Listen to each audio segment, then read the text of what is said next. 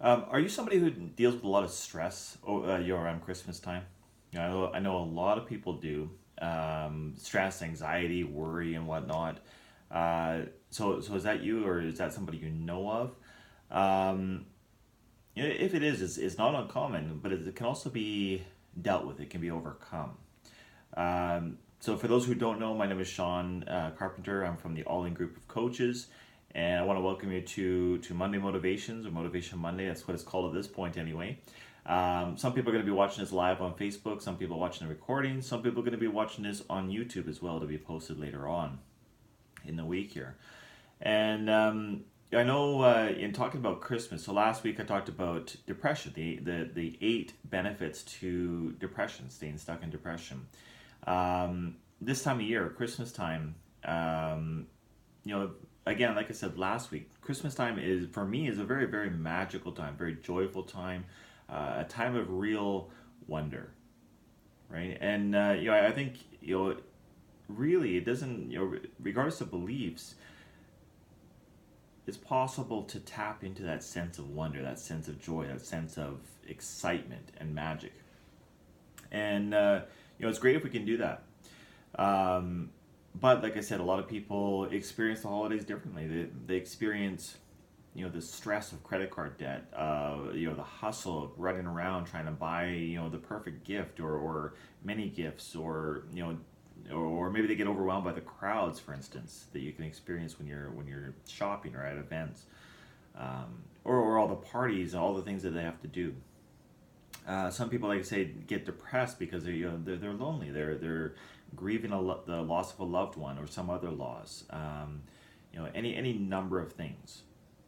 And so, like I said, last week we dealt with depression, at least the 8 benefits. And again, I'm going to circle back on these motivation Mondays, to give you further strategies and processes and methodologies to move through them. Today I want to talk about the stress. Next week, I think we're going to get into creating a vision and or peak performance for the new year. I haven't quite decided there yet. But anyway, looking at stress,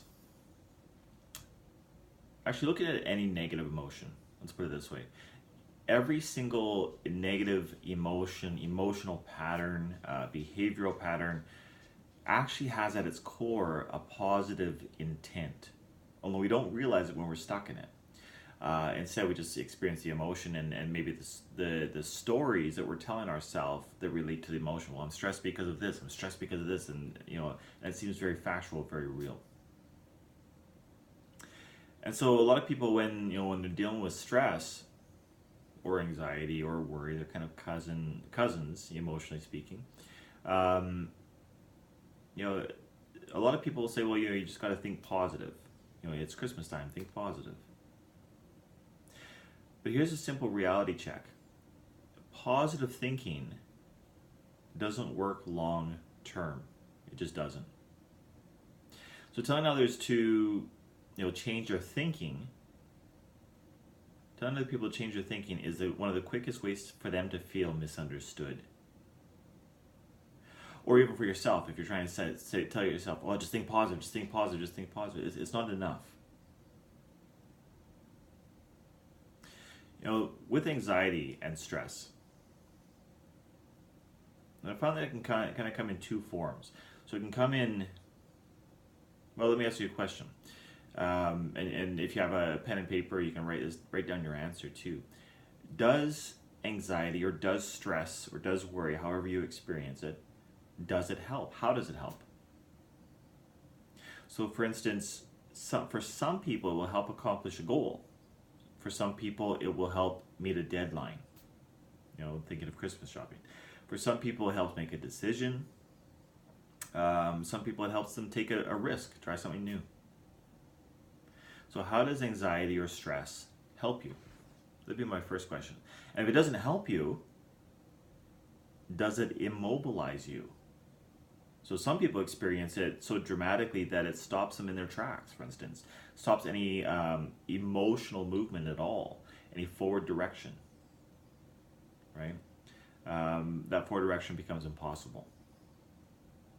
Some people are in the middle. It doesn't help. It kind of helps, kind of hinders. So, but really, one of the first steps to understanding and moving through stress is to understand, is stress more of a propeller for you, or is it more of a blocker? Typically, it's one or the other that it leans more towards, even if it's a little bit of both. So a propeller can help you find more balance, feel more centered, believe it or not. A blocker basically will pose a bigger problem than just the stress itself. So like I said, every emotion has a purpose. So part of our intent today is discover that purpose. I got started late today, so if we have time, I'm going to take you through a bit of an exercise to help combat the stress here in a moment.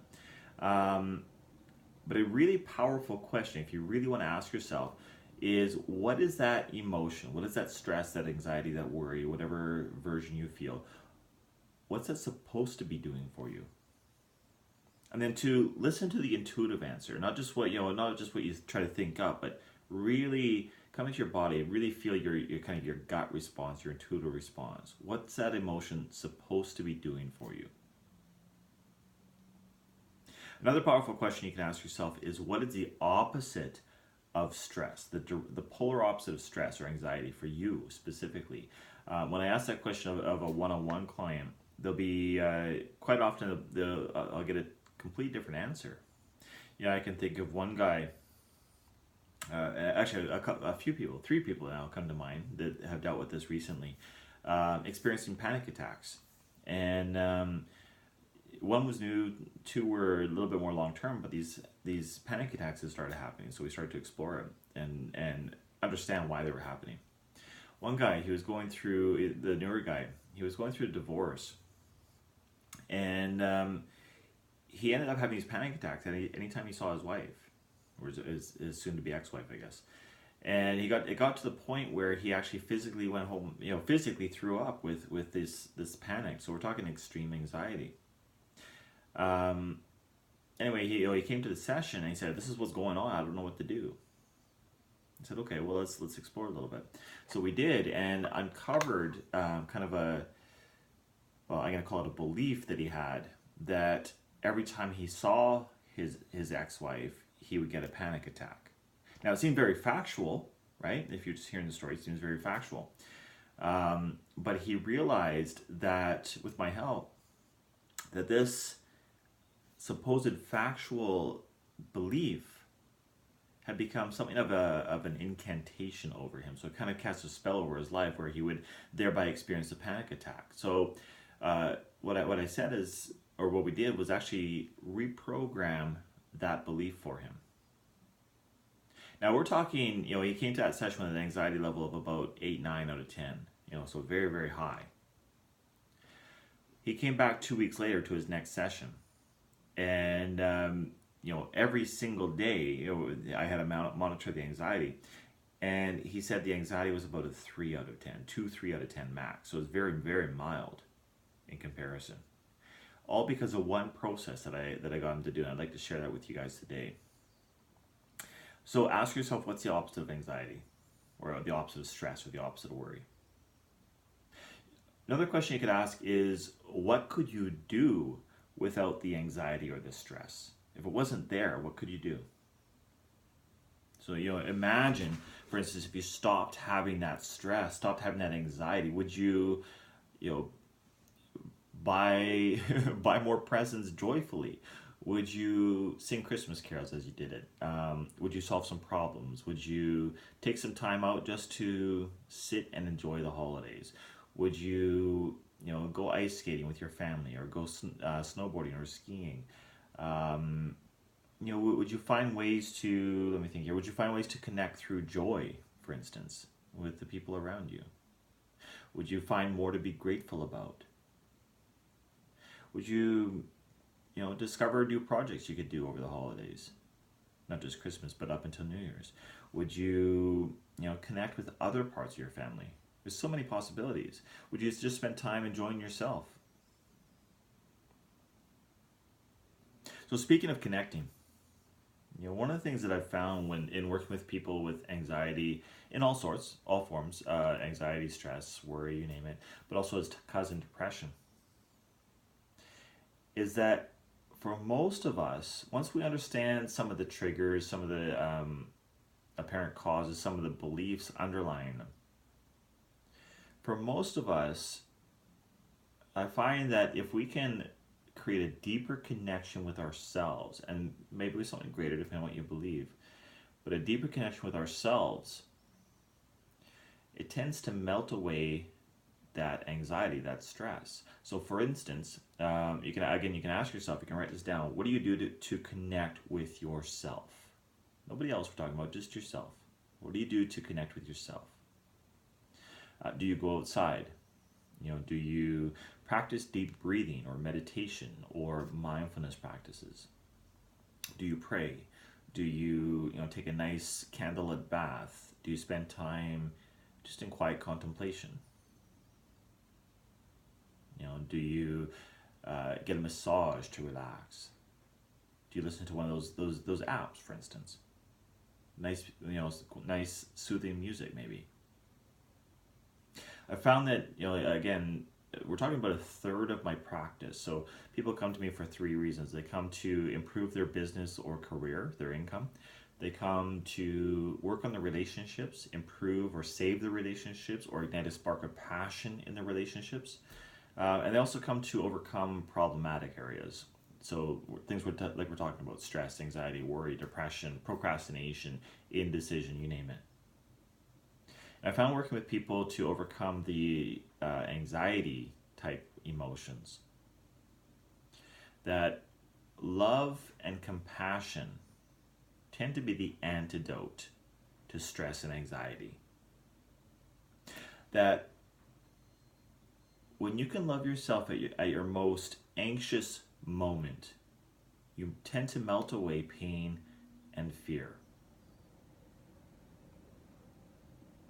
Another way to do that, and I talked about this last week with the depression, if you can do this, now there's a caveat to it, I'll mention that in a moment, but another way to really help melt away the pain and the stress and the worry is to really focus on giving to others, on sharing your love, on sharing your joy, on just really making the person you're giving to feel appreciated, loved, respected, safe, cherished, whatever it is.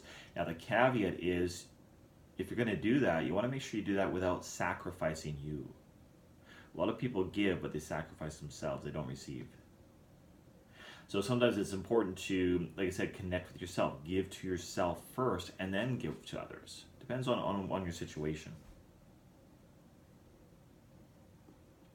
So with those questions in mind, now there's a lot more questions we can explore around it, but I think what I want to do is take you through that process that I mentioned, that I took that client through. Another time I took a group of probably, close to a dozen professionals, different industries. There's a lawyer there, there's a realtor there, there's I can't remember who all was there. There's quite a few different people, a couple people from the banking industry, and the topic was stress, exactly what we're talking about today. And like I said, there's a number of strategies that I use with people. Depends on the person. So it depends on the person, depends on the circumstance partially, depends on the triggers, etc., etc. The severity of the stress or the anxiety, the timing of the strategy. So when I work one-on-one with somebody, we can get into all that and make sure that it's really, really fine-tuned. This is why people have those breakthroughs, why they can overcome it so quickly.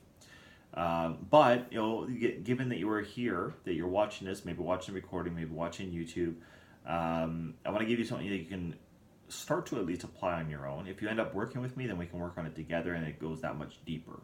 So even if it's the same strategy, you find that with the right support, you can apply it tenfold, right? But for now, let's start here. So I use the same strategy with that group of professionals to combat stress. And again, we're talking like a month or two later, they came back and we're talking about how much impact it has had on them. So I'm going to share the basic process with you. And let me start this way. I'm reminded of a story, a colleague of mine. This was quite a few years ago. This would be a good way to illustrate this. So he had a colleague, or he had a client who was obese. and she was at risk, numerous health risks. And she got started with him and said to him that I will do anything you tell me to. I've tried everything else to lose weight.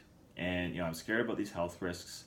I will do whatever you tell me to do, but I have to warn you that I've got an addiction. I've tried everything to give it up. I just can't.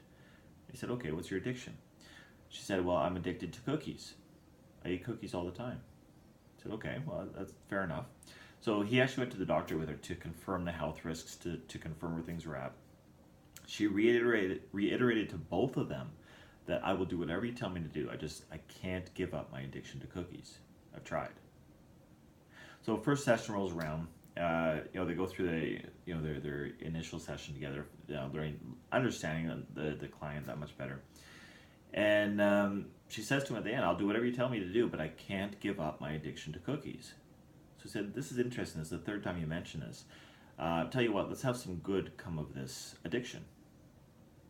Every day you have more than 2 cookies, you're going to bake 24 cookies from scratch, no mixes.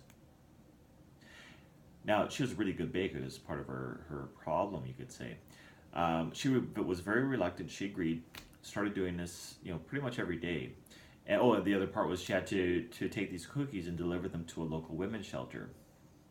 I've actually had somebody do something similar, but for different reasons. And so she started doing this, and because she was such a great baker and such a wonderful woman, these women came to look forward to her visits, and she started to develop some very strong friendships there. After a little bit, it was suggested to her that she actually start a business, a little mobile bakery. So she did this with her grandkids. So in a very short time, she had these very powerful new friendships. This wonderful little mobile bakery she's delivering to local farmers markets and becoming quite successful with it, and better relationships with her grandkids.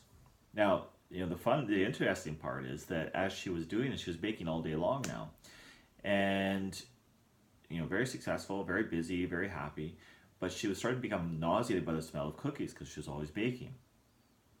And as she became nauseated, she stopped eating cookies, and she lost the weight. Now, the reason I tell you that story is she had this, what we call a negative incantation, a belief that is so powerful, it's like a spell. She kept repeating to herself and anybody who would listen that she can't give up her addiction to cookies. So my question to you is, when it comes to stress, and I want you to really check in, really think back to any moments of being stressed. What is it that you picture or hear in your head or tell yourself? So for instance, I can't do this, or it's too much, or I don't have enough time, or it's a waste of time, or any number of things, or I hate this. I had one client, he's been with me a number of years, but when he started, he said he hated people, even though he's in the people industry. I hate people, I hate people, I hate people. That was his incantation. Turned out that he actually deeply cares about people underneath that, but he couldn't see it at first. And once he tapped into that part of him, everything changed. So what is your negative incantation? What I want you to do first and foremost, that incantation is what we can call your purpose. Not your bigger life purpose, that's not what I'm talking about here, but the purpose you've assigned, or the meaning you've assigned to the situation that caused you stress. So hopefully you guys are with me on that. And again, I don't expect many people to be on here live right now. It is Christmas Eve, but Christmas Eve day rather, I guess. But I want to make sure that I'm doing this, getting this out here, so you can use it even post-Christmas. You can use it any time of the year, really. So what is that incantation, that meaning, that purpose that you've assigned to the situation in which you feel stress? Now, what I want you to do is take that purpose and see if you can't rewrite the polar opposite for you. Make sure it's believable, but the polar opposite. So for instance, the guy I mentioned that was having the panic attacks around his ex, he had said, his purpose, the incantation he had created for himself, the meaning, was that when I see my ex, I have a panic attack. So we changed it. It was something to the effect of, when I see my ex, I share important information with her about the kids, and together we model that we love them and can work together for their benefit, something like that. I'm paraphrasing fairly widely here, but something to that effect. So find the polar opposite, write it down, and then your first step is to repeat it several times. 3, 4, 5, 6 times, 10 times if you have to. And when you repeat it, here's the catch. I'm going to repeat it out loud as if you already believe it, as if it's already true, actually. So even if you have to be like an actor, you have to pretend, doesn't matter. The point being, repeat it as if it's true. Give it so much energy, so much vitality that it comes to life in that statement. That even the statement itself, by 10 times, you start to feel a difference. Okay, so that's step 1. Step 2, so you read out your new purpose with absolute passion and conviction. Total energy. Okay. Step 2, you're going to close your eyes. So that's the purpose. And basically you're going to repeat out loud after me, or after yourself. So you repeat this. With my new purpose in mind, I relax my shoulders. I breathe into my stomach, and I smile, and look them in the eyes. Then you open your eyes. So that second part, now this is without fail. Whenever I've taken people through that, the suggestions that I make, so I relax my shoulders, breathe into my stomach, smile, and look them in the eyes. Him, her, them, whatever the situation calls for.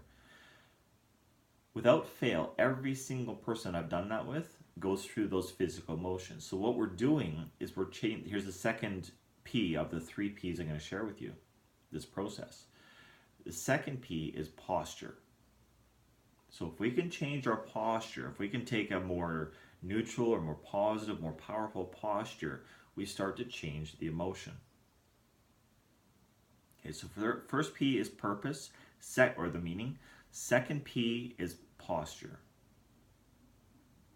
Absolutely, I can, Connie. Thank you. I didn't realize it's not showing that people are live on here, so it's fantastic. So as we go, so we repeat the first P, the purpose. We give it total conviction, total energy, and the second P, posture. We close your eyes. I'm trying to say this very slowly. Let me know if you need me to repeat it again. With my new purpose in mind, and you say this out loud. With my new purpose in mind, I relax my shoulders. I breathe into my stomach, and I smile, and look them in the eyes. And then you open your eyes again. Very, very important to go through those physical motions. Relaxing the shoulders, breathing into the stomach, smiling, and if you have somebody in particular that's causing you stress, or just let's say you're in the mall and everybody's causing you stress, you can picture looking them in the eyes. So I'll do that one more time for you, Connie, and anybody else listening.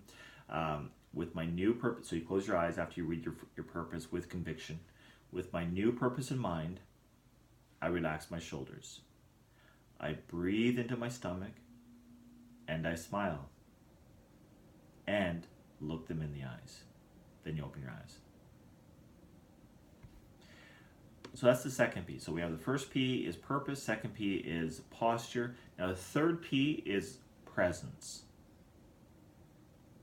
One of the reasons we get so stressed or so depressed or so anxious or angry or whatever it is that we get caught up in our head, in our thinking, in our beliefs, in the story we create for ourselves around a situation, around a person, around whatever. Most people spend the majority of the times up here, especially guys, we're really bad for it, instead of being present in their body. Now, women do this as well. It just looks a little bit different typically, and for most women, they can tell very, very quickly when a guy isn't present, when he's gone off somewhere in his head.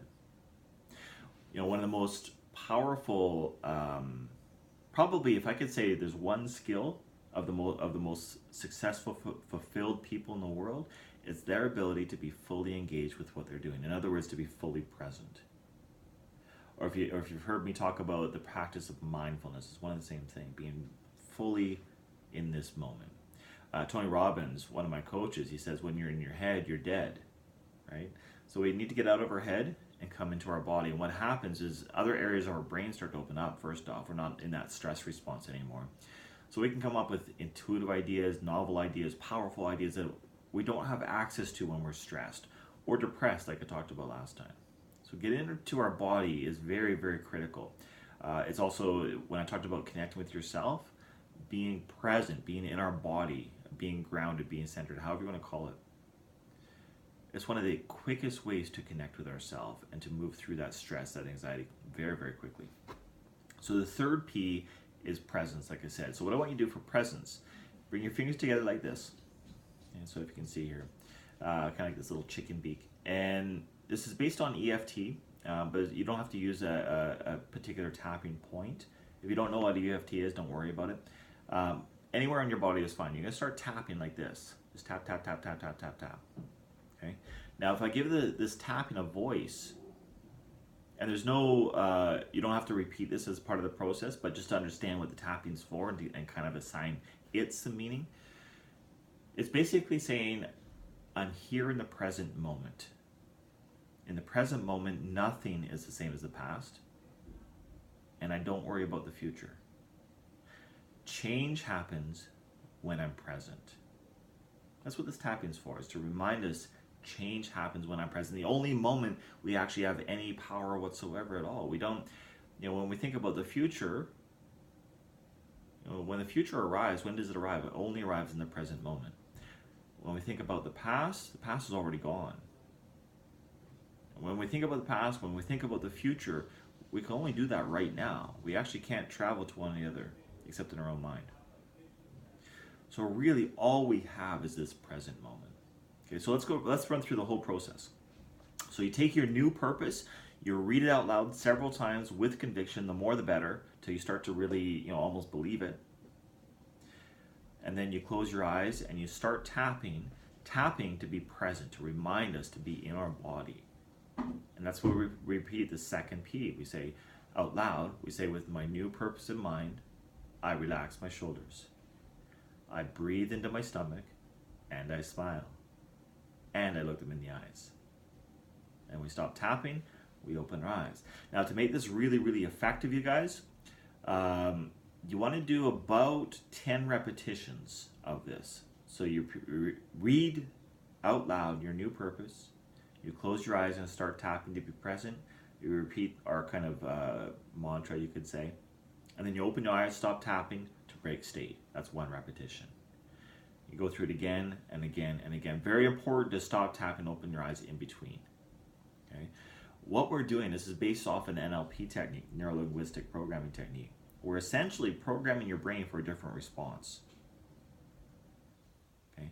So instead of having this belief that, I can't handle this, let's say, we might have a new belief that says, wow, I'm growing stronger every day, or every time I'm in this situation. Whatever you choose as the new purpose. So the idea is that the more repetition, and 10 seems to be a magic number, the more repetition, the better. The more you install this new belief, this new scenario, this new neural pathway in your brain, you're strengthening it. And I find that if people do this every day for about 2 weeks, the initial trigger is no longer there, and it's been replaced with the new purpose, the new meaning.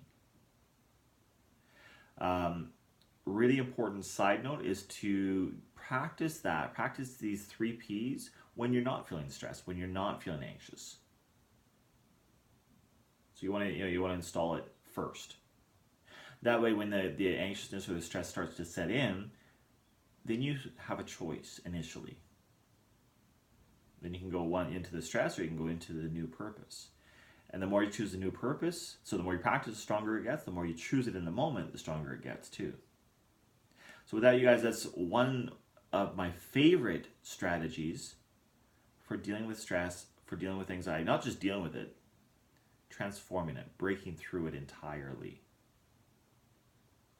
I absolutely love the 3 Ps, and knock on wood, it's always worked so far when people apply it diligently, when they really follow it with conviction. Now with that, I've got a couple things you can do if you, again, these Motivation Mondays, or if you're in my Facebook group, I also have the Friday Q&As, the live Q&As where you get to be coached one-on-one. The Motivation Mondays is on the page if you're watching this on YouTube. There's two things you can do to help further where you are if you haven't done this already. Some of you may have, some of you may not have. But number one is you can go, Yes, you got it, Connie. Change happens when I'm present. It's such a powerful statement, and it's we tend to believe that change happens if we worry about everything, but it doesn't. It robs us of enjoying the moment we're in. So change can only happen when I'm present, when I'm here. So two things I want you to do. Number one, the link is in the description. If you're watching this on Facebook or on YouTube, go download my free ebook, the first of 12, Becoming Extraordinary. So it's book one, and in there, go through that. Give yourself a good month or so to go through it. But it helps you uncover some of your beliefs, positive or limiting. Helps you uncover a bigger vision and goals related to that vision. Action plans, so action steps to pursue that. And also a couple exercises around presence too, speaking of presence. So around mindfulness practices. So if you haven't, click on the link, download that. Make sure you jump in there. You can always give me feedback, let me know what you think. The second thing, I know Connie already is, but if you aren't a member of the Facebook group, a link for that is in the description as well. Click on there, apply to the group, and in there, again, you have an opportunity every Friday, unless there's a holiday or I'm sick or away or something like that, to receive some one-on-one coaching. Now, it's not quite the same as being one-on-one with me privately, because then we have a in-depth conversation and processes and whatnot. Whereas on the Facebook group, people can only type their comments, so it's not quite the same. But it gives you a taste of coaching. It gives you an opportunity to receive a breakthrough. So with that, you guys, this is Shawn from the Ollin group. I wish you a wonderful, magical, Merry Christmas, and I look forward to seeing you guys soon.